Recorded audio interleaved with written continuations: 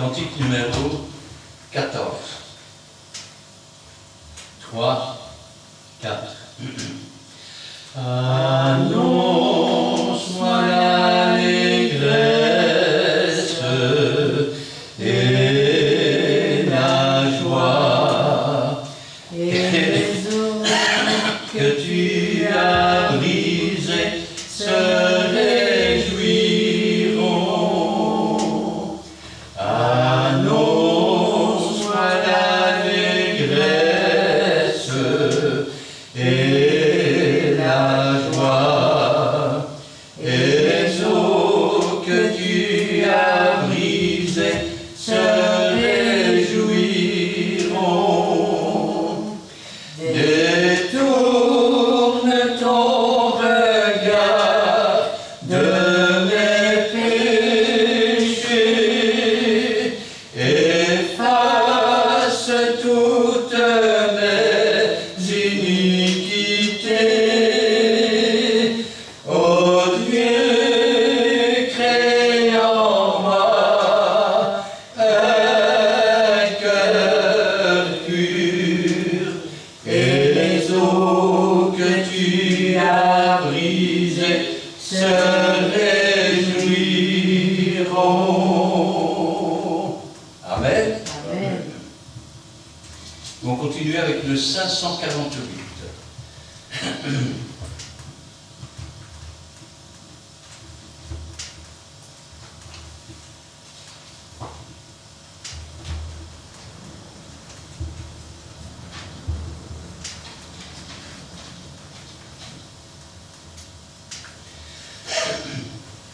Six,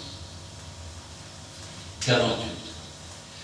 Voici, je me tiens à la porte de l'âme, je frappe sans cesse avec divin espoir. Si quelqu'un m'entend, si ouvre et me réclame, chez lui j'entrerai, j'y souperai ce soir. Ouvre-moi,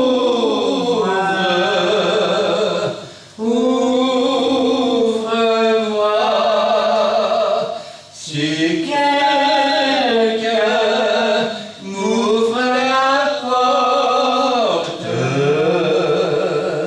je souperai avec lui ce soir.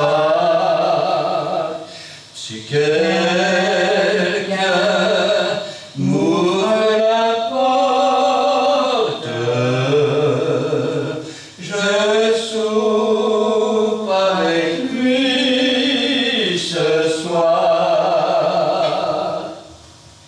Je frappe au matin, quand toute la nature nous parle d'un Père étendre et tout-puissant. Je frappe à midi, quand la moisson est mûre,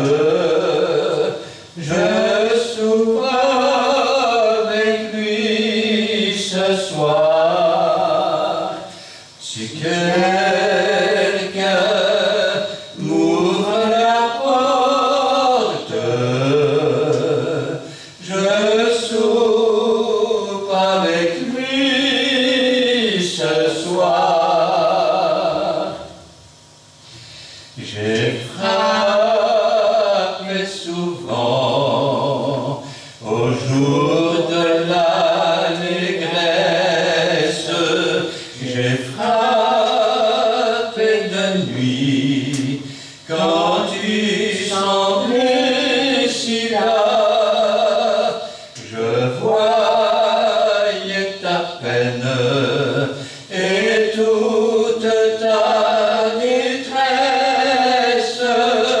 Je voulais t'aider, mais tu ne m'ouvris pas.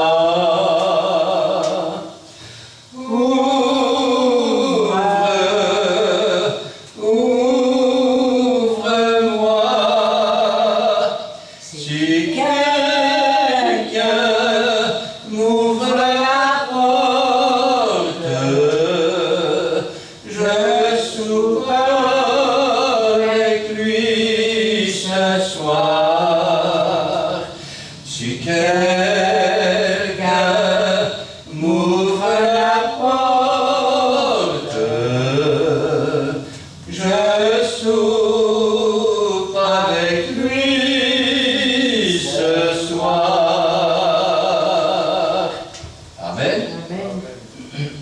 Et enfin le 533.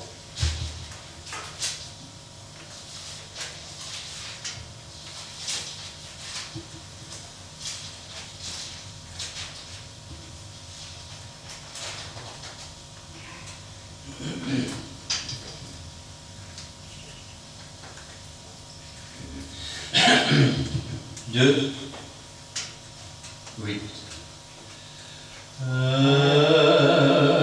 Chrétien, je croyais être, mais j'ignorais le bonheur que Jésus, mon divin être, vient apporter dans un cœur. Oh, la paix que Jésus donne, je ne la connaissais pas. Tout sur mon chemin rayonne, depuis qu'il conduit mes pas. Sa présence souveraine maintenant règne sur moi. Du péché brise la chaîne, me rend vainqueur par la foi. Oh, la paix que Jésus donne, je ne la connaissais pas. Tout sur mon chemin rayonne, depuis qu'il conduit mes pas. Et tranquillement j'avance, m'appuyant sur mon Sauveur. Son adorable présence me donne le vrai bonheur. Oh, la paix que Jésus donne, je ne la connaissais pas. Tout sur mon chemin rayonne,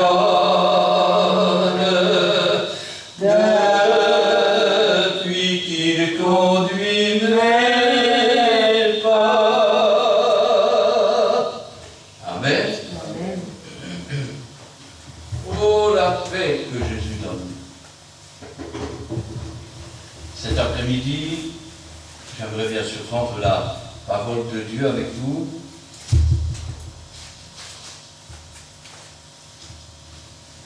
Et j'aimerais la prendre dans le livre des Hébreux, chapitre 4, Et nous lirons là les 13 premiers versets. Je vous demanderai aussi à vous, auditeurs, de continuer à prier pour la sœur Odile. Et je vais... Pardon? Paul aussi. Paul. Et pour le frère Paul, oui. Alors, je vais demander à Cindy de remettre la parole du Seigneur entre ses mains et Julien nous fera la lecture. Merci Seigneur pour le soir de ta maison, pour la Merci Seigneur.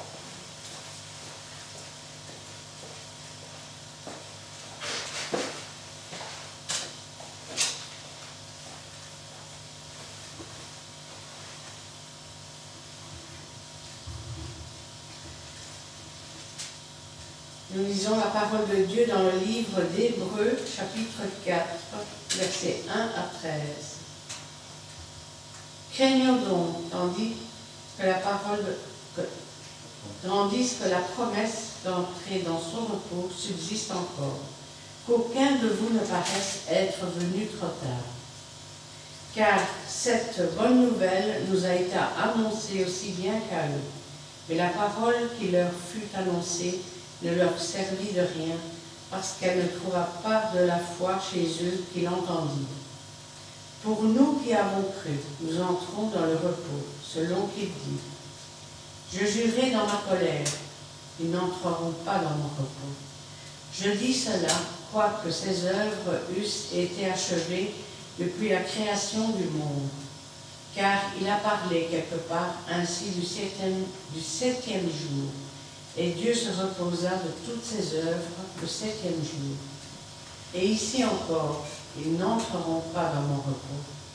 Or, puisqu'il est encore réservé à quelques-uns d'y entrer, et que ceux à qui d'abord la promesse a été faite n'y sont pas entrés à cause de leur désobéissance, Dieu fixe de nouveau un jour, aujourd'hui, en disant, dans David si longtemps après, comme il est dit plus haut. Aujourd'hui, si vous entendez sa voix, n'endurcissez pas vos cœurs. Car si Josué lui eût donné le repos, il ne parlerait pas après cela d'un autre jour. Il y a donc un repos de sabbat réservé au peuple de Dieu.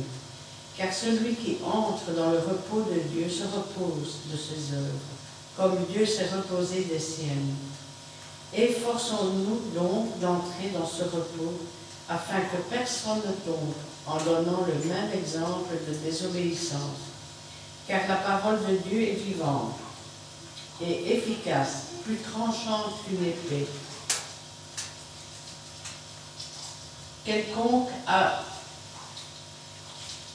Plus tranchante qu'une épée quelconque, à deux tranchants, pénétrante jusqu'à partager âme et esprit, jointure et moelle. Elle juge les sentiments et les pensées du cœur. Nulle créature n'est cachée devant lui, mais tout est nu et à découvert aux yeux de celui à qui nous devons rendre compte. Amen.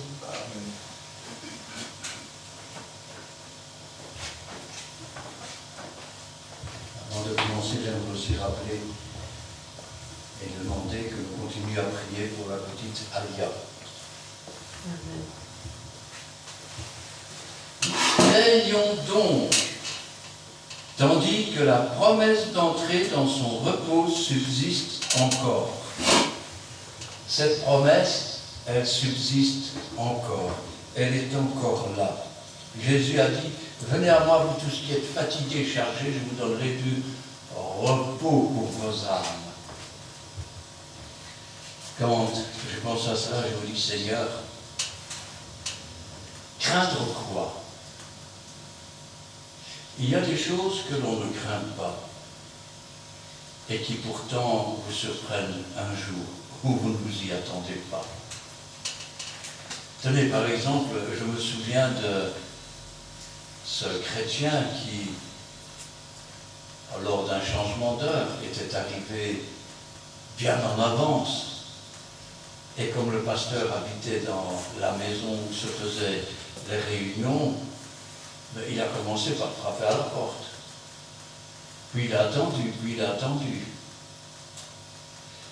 Et 1 heure plus tard, quand le pasteur est arrivé avec les premiers chrétiens, il était assis sur cette pierre et il pleurait. J'ai cru que vous étiez parti avec Jésus. J'ai cru que j'étais resté là. Je pense qu'il n'oubliera jamais ce jour.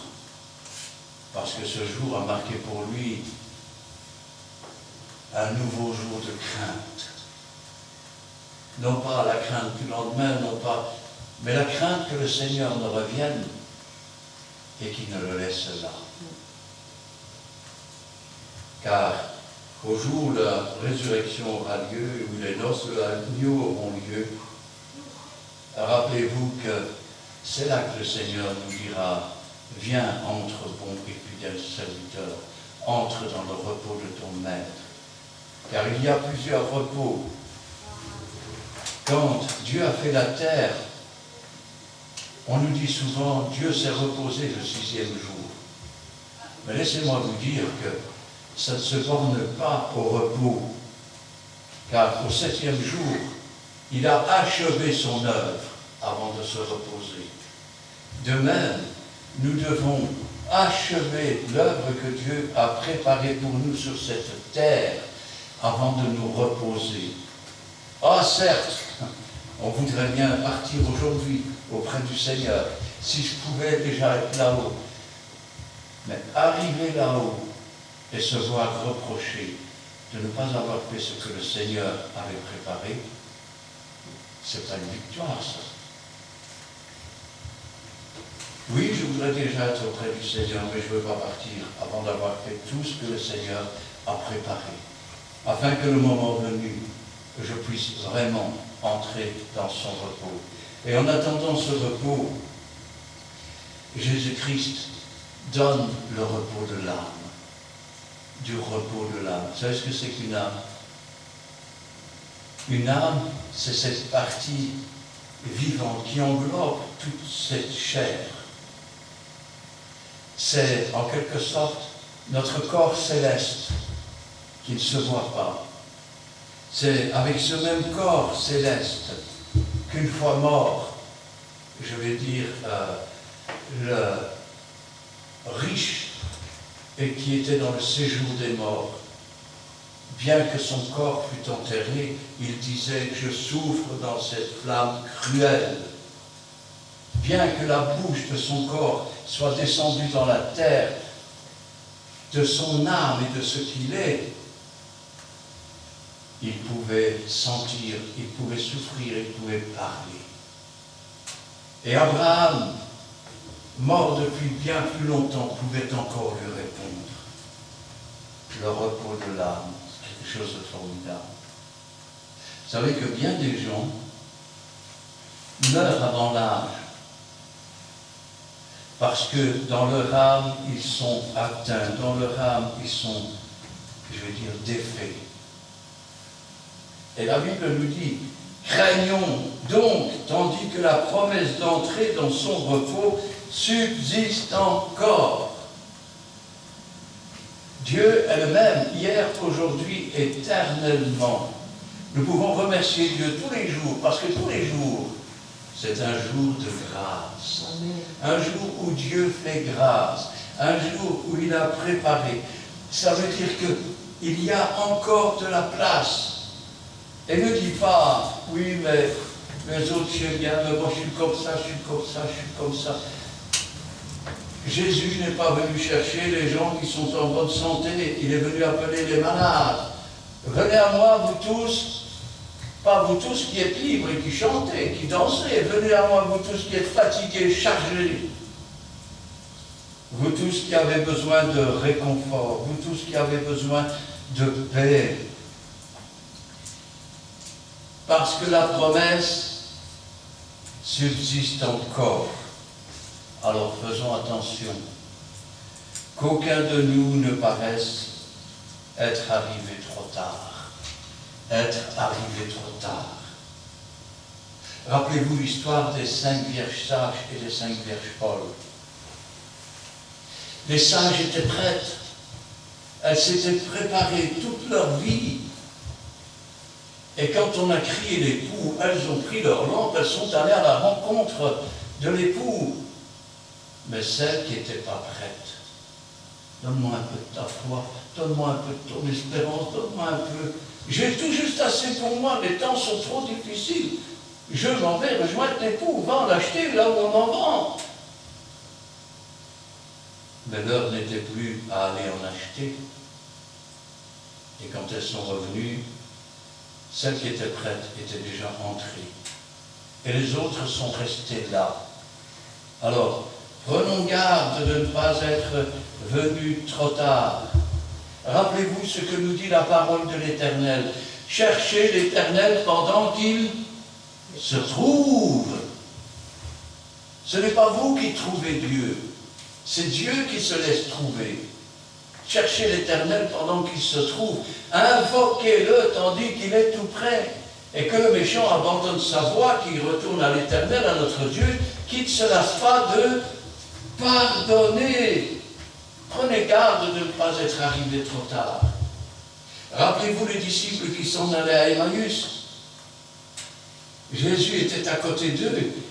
Et puis, quand ils sont arrivés à l'endroit où ils allaient, ils s'apprêtaient à rentrer. Jésus semblait vouloir aller plus loin. Et ils l'ont appelé. Ils l'ont appelé. Viens, Jésus. Ils ne savaient toujours pas que c'était Jésus. Mais ils lui ont dit, viens, le soir descend. Et Jésus est entré. Si maintenant tu dis, viens Seigneur Jésus, entre dans mon cœur, entre dans ma vie, pardonne-moi pour tout ce que j'ai pu faire. Jésus va entrer dans ta vie, il va entrer dans ton cœur. Il va te donner une sensation que tu n'as jamais connue, la sensation d'être réconcilié avec Dieu, la sensation que Jésus habite dans ton cœur et que c'est la chose la plus importante qui existe. Et ce n'est que le début. Ce n'est que le début. Car cette bonne nouvelle, mais quelle bonne nouvelle? Qu'il te faut 500 € pour une bénédiction? La bonne nouvelle, c'est qu'on ira tous au paradis?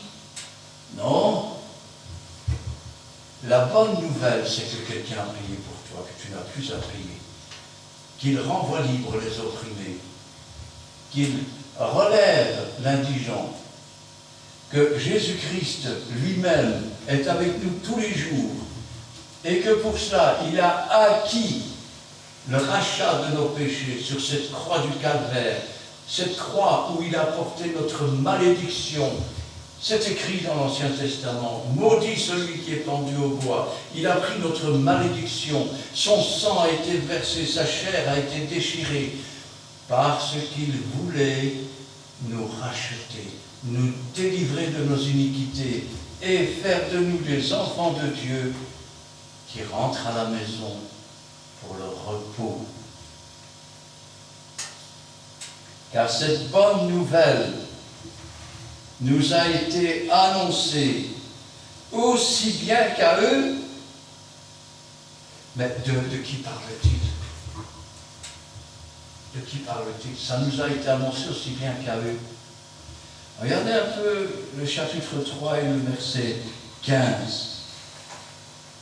Pendant qu'il est dit, aujourd'hui, si vous entendez sa voix, n'endurcissez pas au cœur, et regardez ce qu'il dit, comme lors de la révolte, qui furent en effet ceux qui se révoltèrent après l'avoir entendu, sinon tous ceux qui étaient sortis d'Égypte sous la conduite de Moïse, et contre qui Dieu fut irrité pendant 40 ans, contre ceux qui péchaient, et dont les cadavres tombèrent dans le désert, et à qui, jura-t-il, il n'entrerait pas dans son repos, sinon à ceux qui avaient désobéi. Aussi, voyons-nous qu'ils ne purent y entrer à cause de leur incrédulité, leur manque de confiance, leur manque de foi. Entrons, cherchez l'Éternel pendant qu'il se trouve. Entrons Ne restons pas dehors. Et quand Jésus se fait connaître, et quand Jésus vient à nous, et qu'il frappe à la porte, ne le laissons pas dehors comme un mendiant. Entendez sa voix. Si quelqu'un entend et ouvre ton cœur, Jésus va entrer. Il va souper avec toi et tu vas souper avec lui. Car cette bonne nouvelle nous a été annoncée aussi bien qu'à eux. Mais la parole qui leur fut annoncée ne leur servit de rien, parce qu'elle ne trouva pas la foi chez ceux qui l'entendirent. Ils ne trouva pas la confiance. Ils ont douté de Dieu.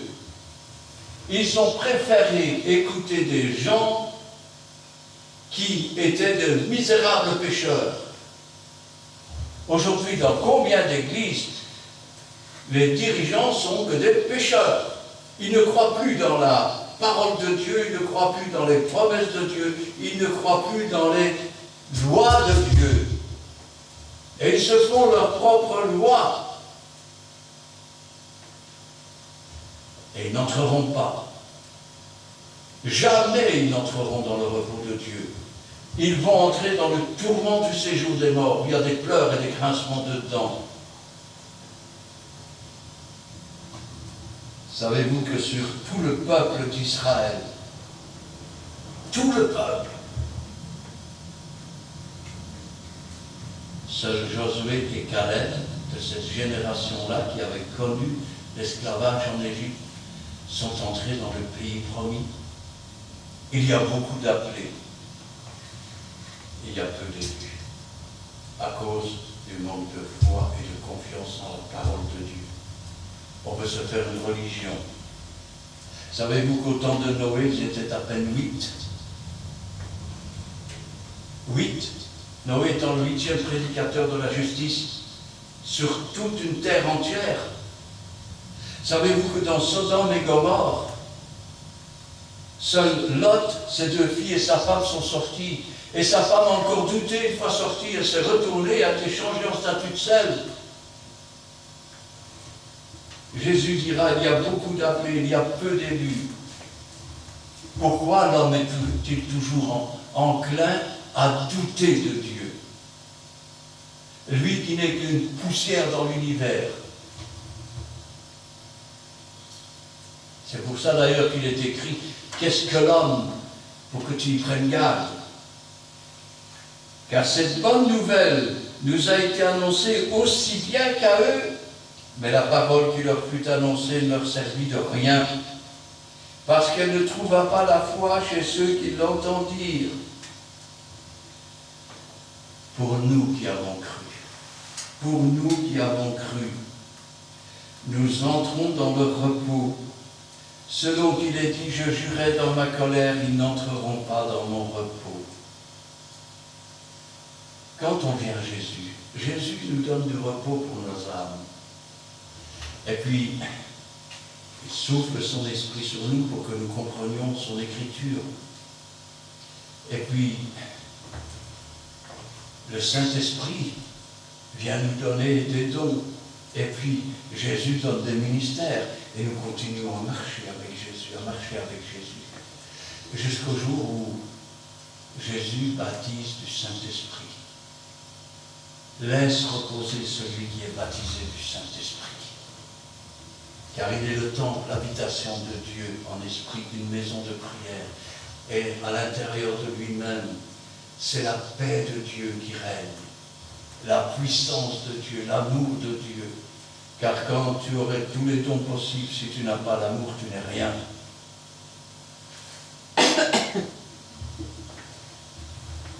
Je jurai dans ma colère, ils n'entreront pas dans mon repos. Qu'est-ce qui met en colère Dieu? Qu'est-ce qui met en colère Jésus? Les fils de la rébellion. La colère de Dieu demeure sur les fils de la rébellion. Rappelez-vous ce que Jésus a dit à cet homme qui manquait de foi. Il a dit, jusqu'à quand serai-je avec vous? J'en peu de foi. Il y a 2 choses que Dieu a en horreur.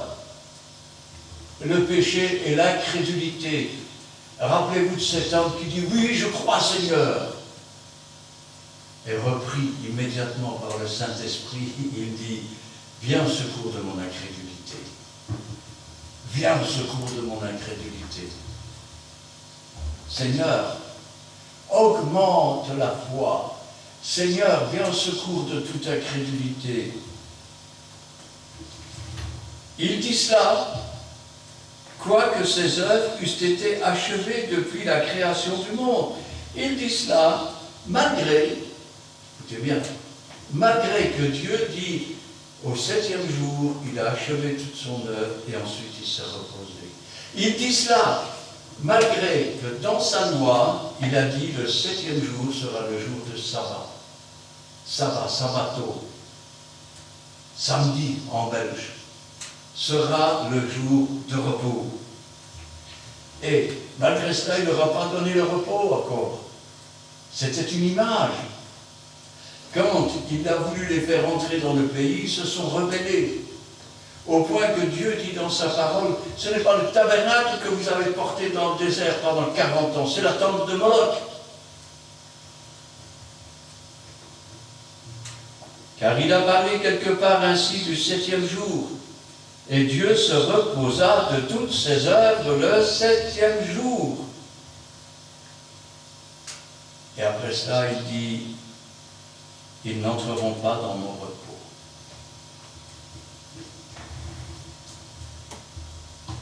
Ne pas entrer dans le repos, c'est entrer dans le tourment. C'est retourner à ce qu'on a vomi. C'est la truie qui retourne à son bourbier, le chien qui retourne à ce qu'il a vomi. C'est le diable qui crie victoire. Et le plan du diable, c'est de détruire, c'est d'anéantir, c'est de réduire à rien. Or, puisqu'il est encore réservé à quelques-uns d'y entrer, puisqu'il est encore réservé à quelques-uns d'y entrer. Ouf, ça veut dire que la porte n'est pas encore fermée. La porte, et Jésus a dit, je suis la porte des brebis. La porte est toujours ouverte.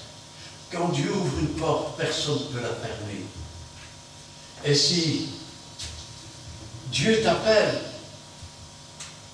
ne ferme pas la porte de ton cœur, ne ferme pas la porte de ton âme, ne ferme pas ton esprit, afin que Dieu puisse y entrer, afin que toi-même tu puisses entrer dans le repos de Dieu, que tu puisses entrer dans le salut, que tu puisses entrer dans la préparation du grand jour du repos.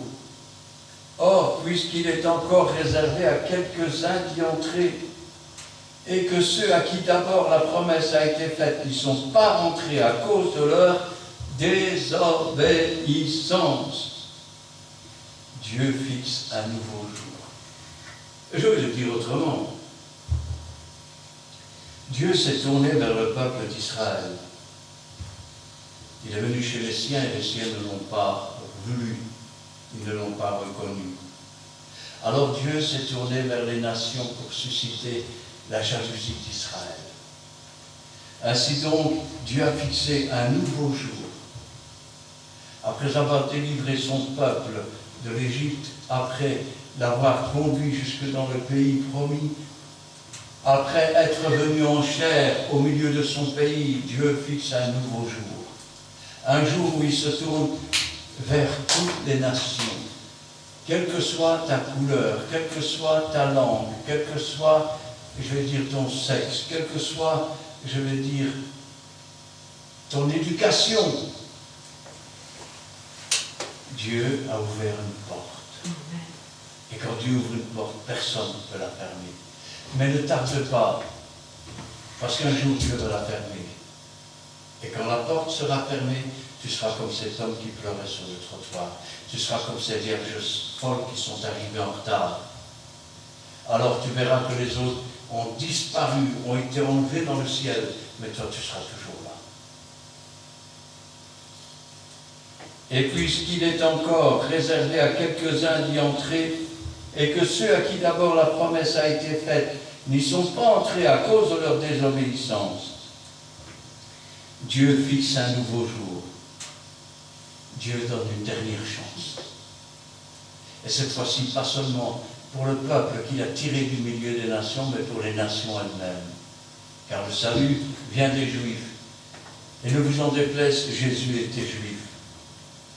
Un jour, aujourd'hui, en disant dans David, longtemps après, comme il est dit plus haut, aujourd'hui, si vous entendez sa voix, n'endurcissez pas vos cœurs.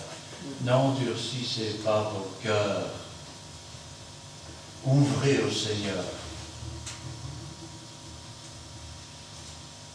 Car si Josué et Caleb, qui sont entrés dans le pays, s'il lui donnait le repos, il ne parlerait pas après cela d'un autre jour. Ça veut dire que toutes ces choses ont été écrites pour nous instruire. Mais l'accomplissement n'était pas encore fait. Et donc, nous ne devons pas être comme ces hommes qui croyaient en Dieu, mais ne croyaient même pas en la résurrection. Ils n'attendaient de Dieu que dans ce monde présent. Ne soyons pas comme ceux qui pensent que Jésus ne revient pas, ou que Jésus n'est pas ressuscité. Car si Christ n'est pas ressuscité, alors la résurrection des morts n'existe pas. Et dans ce cas, je ne serai pas ici.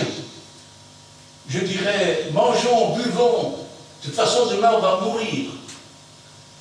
Qu'est-ce que ça change d'avoir Dieu pendant quelques années dans sa vie, puisqu'on meurt comme tous les hommes? Mais Jésus-Christ est ressuscité. Il s'est assis à la droite de Dieu. Il intercède pour nous. Et à la voix d'un archange, un signal donné par Dieu, les morts en Christ ressusciteront premièrement. Et nous, les vivants restés pour son avènement, nous serons transformés en un instant. Et nous partirons à sa rencontre. Et nous entrerons dans le véritable repos.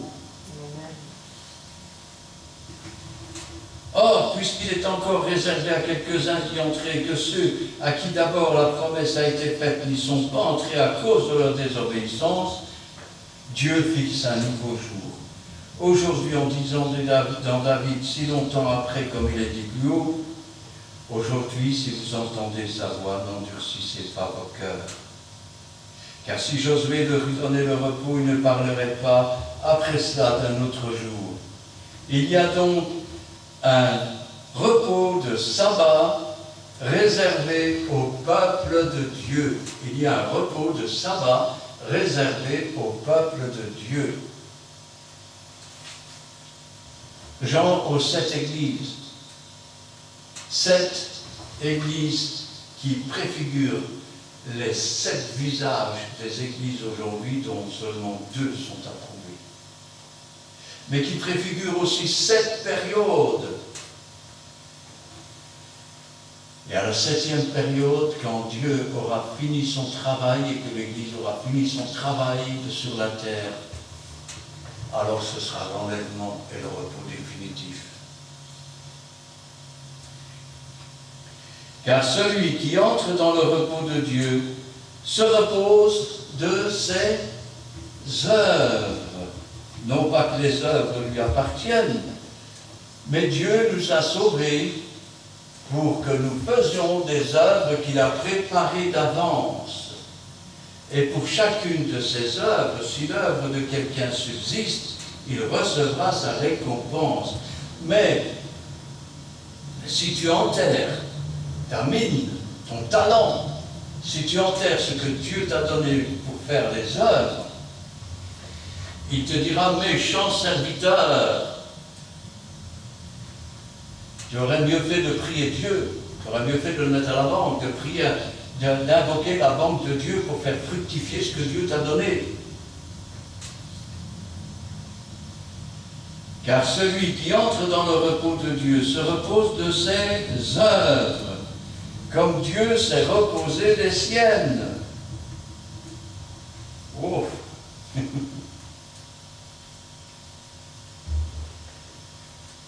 Si quelqu'un ne fait pas les œuvres de Dieu et que, je vais dire, il vient à mourir, tout en ayant eu réellement la foi en Dieu, tout en s'étant réellement sanctifié. Certes, il sera sauvé comme au travers du feu pour lui-même, mais il n'aura aucun bagage. Ça reste un peu comme quelqu'un qui a été à l'école, qui a travaillé, si on peut dire, mais qui a bâclé ses examens en quelque sorte. Certes, il passe, mais avec 50%, ce qui est peu.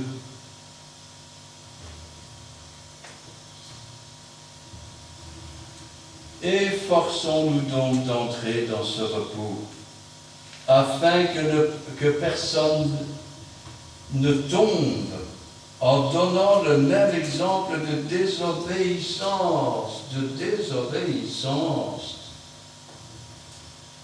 Quand ils sont arrivés devant le pays promis, ils ont dit, c'est des géants, on ne va pas aller là-bas. Et Dieu a dit, puisque vous avez fait cela, vous allez errer 40 ans dans le désert. Et ce sont ceux de la prochaine génération qui entreront. Voulez-vous que Dieu vous dise, puisque tu doutes de ma parole, puisque tu te fais un évangile à ta façon, cette génération n'entrera pas, j'attendrai la génération suivante.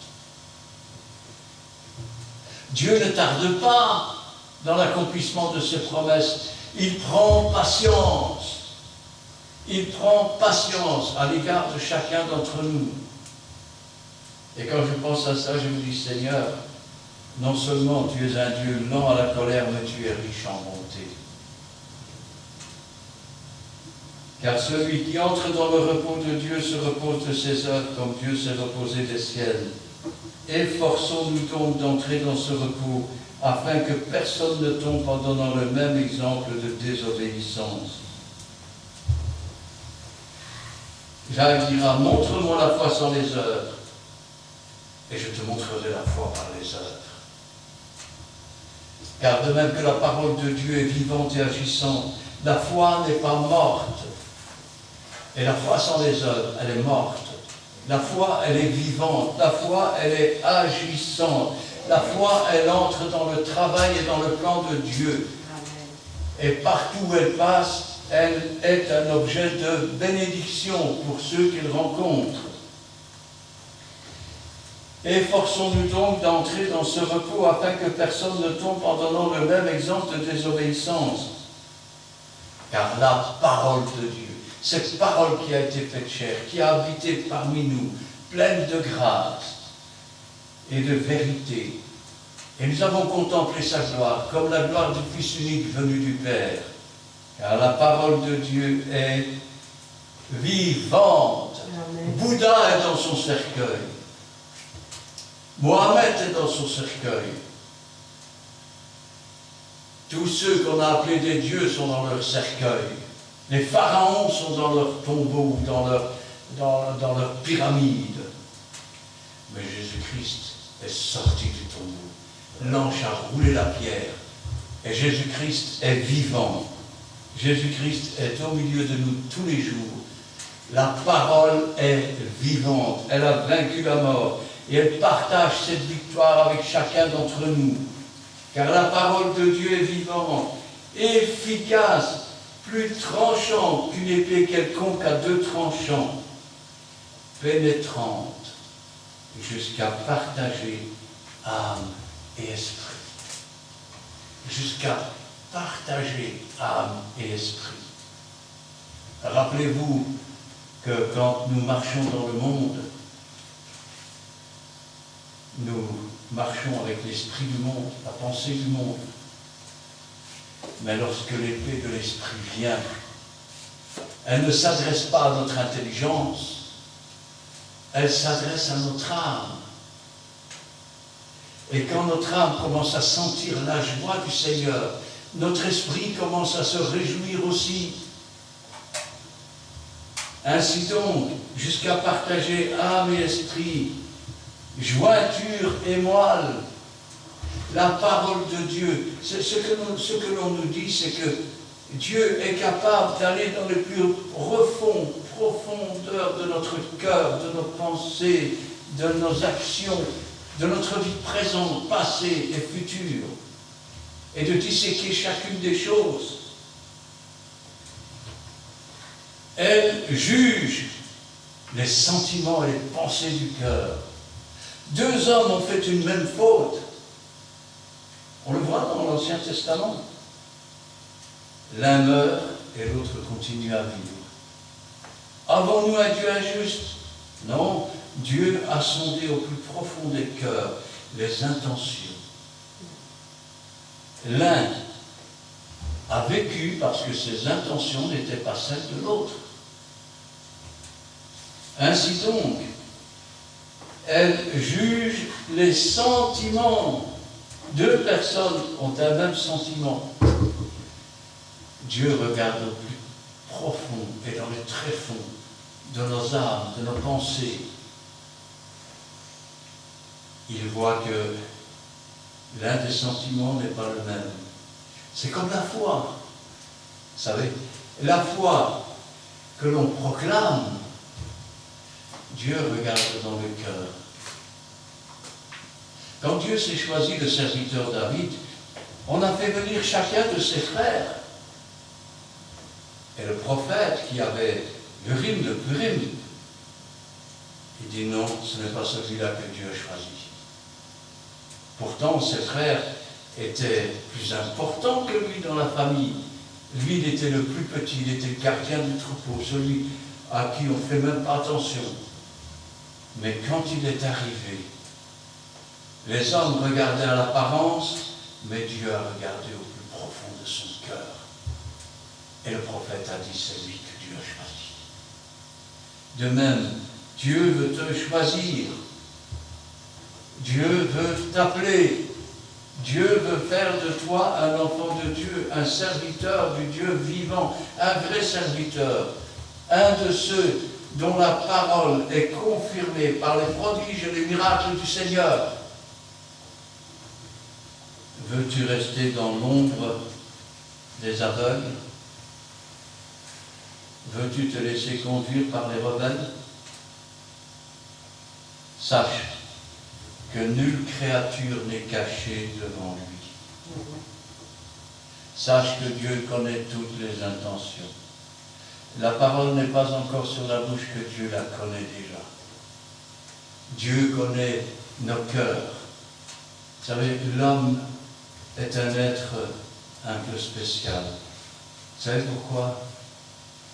Il est capable, avec un sourire, de mettre une tape sur l'épaule de quelqu'un, avec un couteau prêt à poignarder dans votre main. Et l'homme non seulement est capable de mentir, il est capable d'avoir l'apparence, tout en reniant ce qui fait la force. Mais en plus, il est capable de se mentir à lui-même.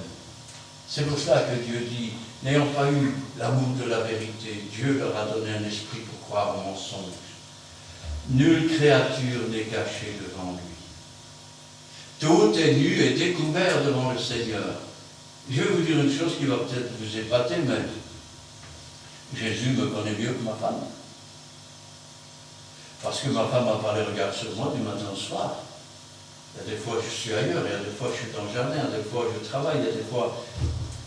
Mais Dieu, lui, est toujours là. Et Dieu a les regards. Dieu voit, Dieu entend. La moindre plainte, Dieu l'entend. Le moindre mot de travers pour respecter, Dieu entend. Et même si tu ne le dis pas, le fait de le penser, Dieu connaît ta pensée. Nulle créature n'est cachée devant lui, mais tout est nu et découvert. Wow! Je voudrais que vous compreniez une chose. C'est que devant Dieu, nous sommes comme un livre ouvert. Ça veut dire que quand on dit oui et qu'on a envie de dire non, Dieu le sait. Quand on dit je suis content, mais qu'en réalité on n'est pas content, Dieu le sait. Dieu sait tout, Dieu connaît tout. Et un jour, nous serons jugés. Nous serons jugés par cette même parole faite chair, celle devant qui tout est nu et découvert, et le livre de notre vie sera ouvert. Qu'allons-nous faire si Dieu ouvre ce livre et que toutes nos pensées sont dévoilées, toute notre malignité, toutes nos recherches autres que celles du bien? Quand certains vont se retrouver devant le Seigneur et que le Seigneur ouvrira le livre de la vie, tu vois là, tête devant l'écran, devant des films porno. Tu vois là, tu convoites la femme de ton prochain. Tu vois là-bas, tu es en train de voler à l'usine. Tu vois là-bas, tu es en train de mentir. Tu vois là-bas, tu te mets en colère alors que tu sais bien que ce n'est pas vrai. Que croyez-vous qu'il va se passer? Dépêchons-nous d'entrer. Faisons mourir ce vieil homme qui est un menteur, qui est un incrédule, qui est un Jacob, un trompeur, un supplanteur, et devenons un lutteur avec Dieu. Et pour ça, il faut d'abord combattre. Combattre contre soi-même. Combattre contre ce que les hommes disent, mais combattre avec Dieu. Afin que nos désirs, comme Jacob boitait toujours du même côté, que quand nous boitons en marchant, que ce soit notre faiblesse, qu'elle soit Dieu lui-même, et qu'ainsi chaque fois que nous boitons, nous penchons vers Dieu. Et pas avec des pieds perclus pour aller à droite et une fois à gauche, une fois à droite, une fois à gauche. Et si nous avons des pieds perclus, rappelons-nous toujours que comme David a accueilli cet homme qui était descendant de Saül, qui était descendant, je vais dire, de quelqu'un qui n'avait pas voulu obéir à Dieu. Il a pris ce Méphibosheth et l'a fait asseoir à sa table tous les jours de sa vie. David disait, j'habiterai dans la maison de l'Éternel tous les jours de ma vie. Et Dieu veut que nous habitions, que d'abord nous mourions, que nous disparissions, que nous nous offrions sur l'autel de Dieu, afin que nous appartenions à Dieu, et que quand le Saint-Esprit vient enfin nous donner le repos, eh bien que nous puissions dire que j'habite dans la maison de Dieu. Ce n'est pas à moi, mais c'est à lui, à celui qui est, qui était et qui vient. Nulle créature n'est cachée devant lui, mais tout est nu et à découvert, aux yeux de celui à qui nous devons. C'est pas à ton pasteur que tu dois rendre des comptes. C'est pas à tes frères, à tes sœurs, sauf bien sûr si tu leur fais du mal. Mais celui à qui tu vas devoir rendre des comptes, c'est celui qui est la lumière du monde, qui éclaire tout homme venant dans le monde. Celui qui a dit sur la croix du calvaire, tout est accompli. Et qui a tout accompli pour chacun d'entre nous. Il suffisait simplement de prendre la main qui nous était tendue, d'accepter ce que Dieu a pour nous. Maintenant, la balle est dans ton camp. Amen. Amen. Nous allons prier. Éternel, notre Dieu, notre Père, nous te louons, nous te rendons grâce. Béni sois-tu et gloire à toi. Ta parole, c'est la vérité, Seigneur, c'est la vie. Et la révélation de tes paroles est claire. Il est vrai, Seigneur, que les temps sont courts. Il est vrai, Seigneur, que cependant, il est encore donné à quelques-uns d'entrer dans ton repos. Ce repos, Seigneur, beaucoup ont été appelés à le recevoir, mais peu sont ceux qui le reçoivent. Et encore aujourd'hui, Seigneur, tu pourrais dire, la moisson est grande et il y a peu d'ouvriers.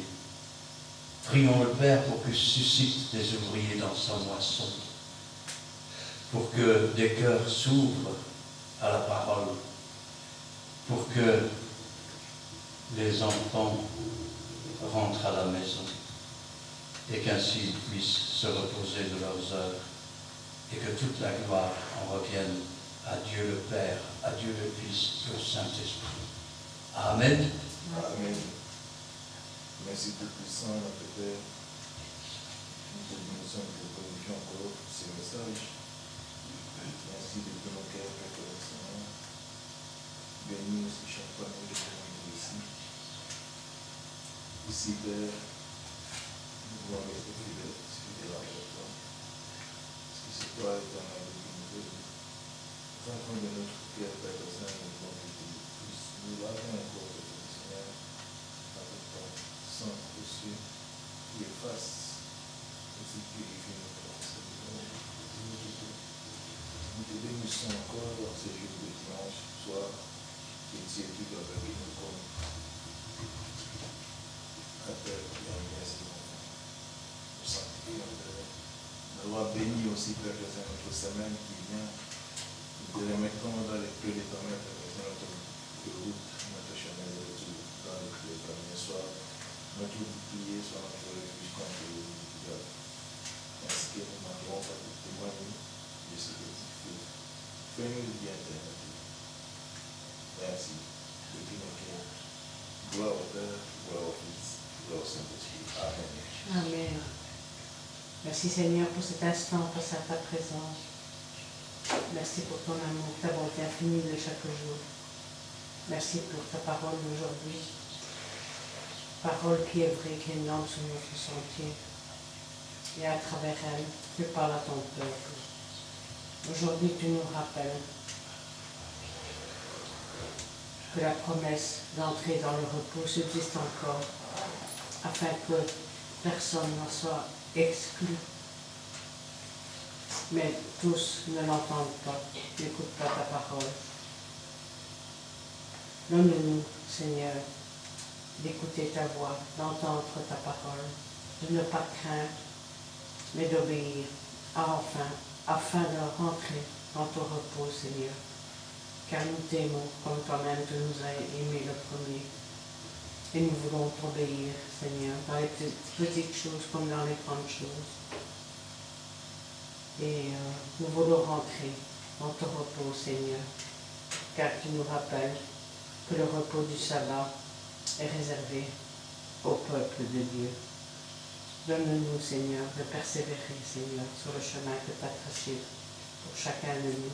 Enlève toute crainte, toute timidité, tout doute, et remplis-nous, Seigneur, de sagesse, d'amour, d'intelligence et de force, mon Dieu.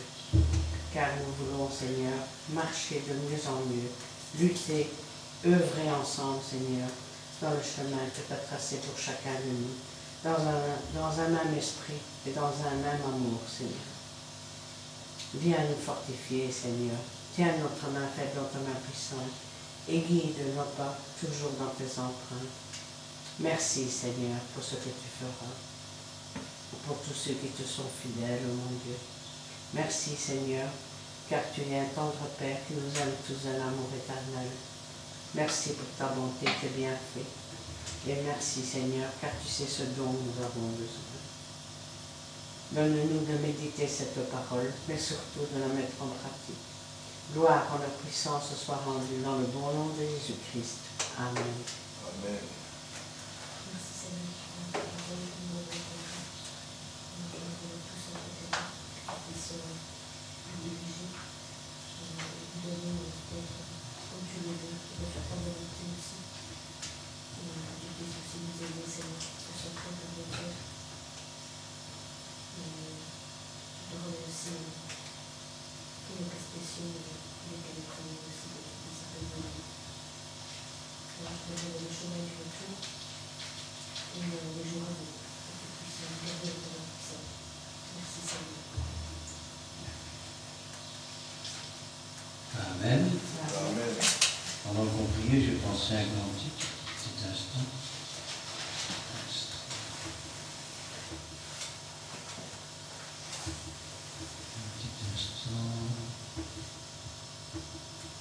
Le 548. On l'a déjà chanté, hein? Oui. Donc alors on va chanter le 538.